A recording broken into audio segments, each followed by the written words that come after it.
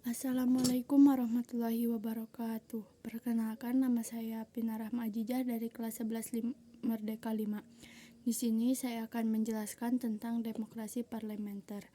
Sistem demokrasi parlementer adalah sistem pemerintahan di mana kekuasaan politik terletak pada parlemen atau badan legislatif yang terpilih oleh rakyat. Dalam demokrasi parlementer, rakyat memilih para anggota parlemen melalui pemilihan umum, dan anggota parlemen tersebut kemudian membentuk pemerintahan.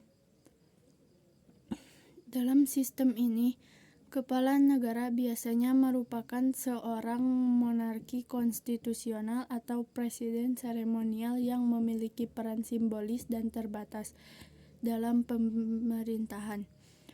Kepala pemerintahan yang sebenarnya adalah seorang perdana menteri atau kepala kabinet yang dipilih oleh parlemen atau partai politik yang memiliki mayoritas di parlemen.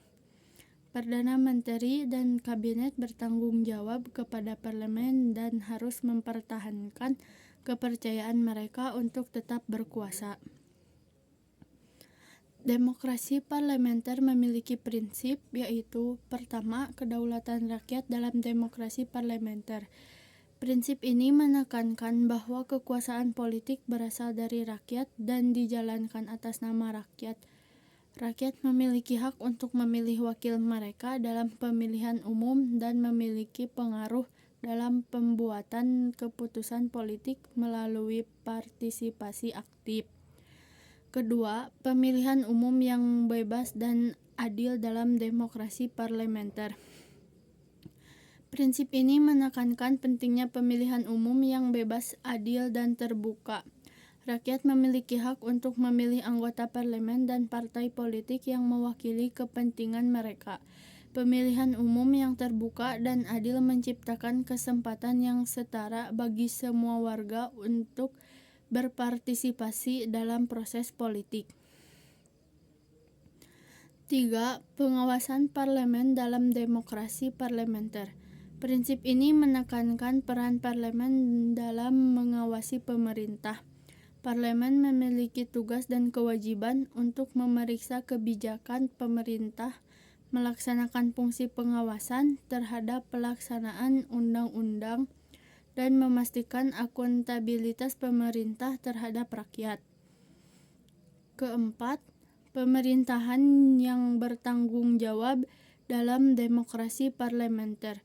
Prinsip ini menekankan tanggung jawab pemerintah kepada parlemen dan rakyat.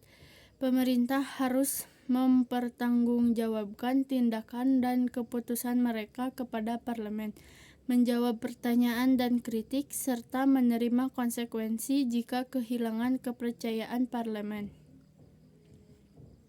Kelima, pluralisme politik dalam demokrasi parlementer. Prinsip ini mencerminkan pentingnya keberagaman pandangan politik dan kebebasan berpendapat dalam demokrasi parlementer. Berbagai partai politik dengan ideologi dan agenda yang berbeda-beda memiliki kesempatan untuk bersaing secara adil dalam pemilihan umum. Pluralisme politik memastikan representasi yang luas dan mengakomodasi berbagai kepentingan dalam masyarakat. 6. Perlindungan hak asasi manusia dalam demokrasi parlementer. Prinsip ini menekankan pentingnya melindungi hak asasi manusia dalam konteks demokrasi parlementer. Kebebasan berekspresi, hak untuk berkumpul dan berserikat, hak suara, dan hak-hak lainnya harus dihormati dan dijamin oleh sistem pemerintahan. Ketujuh, keterbukaan dan transparansi dalam demokrasi parlementer. Prinsip ini menekankan pentingnya keterbukaan dan transparansi dalam proses pengambilan keputusan politik. Informasi publik harus diakses dengan mudah. Kebijakan dan keputusan pemerintah harus dapat dipertanggungjawabkan dan proses politik harus dilakukan secara terbuka agar masyarakat dapat memahami dan mengawasi tindakan pemerintah. Demokrasi parlementer memiliki tujuan untuk diterapkan di negara Indonesia, yaitu untuk melaksanakan kebijakan publik dengan jelas yang sudah terdaftar sebelumnya. Pengertian demokrasi parlementer dapat menyesuaikan berbagai pendapat yang ada di dalam lembaga eksekutif dan lembaga legislatif, sehingga dapat memperoleh suatu kebijakan yang akan segera diputuskan.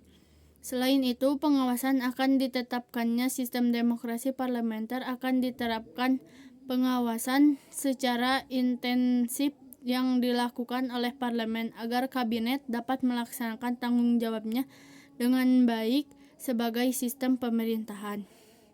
Itu saja yang dapat saya sampaikan. Mohon maaf apabila ada kesalahan.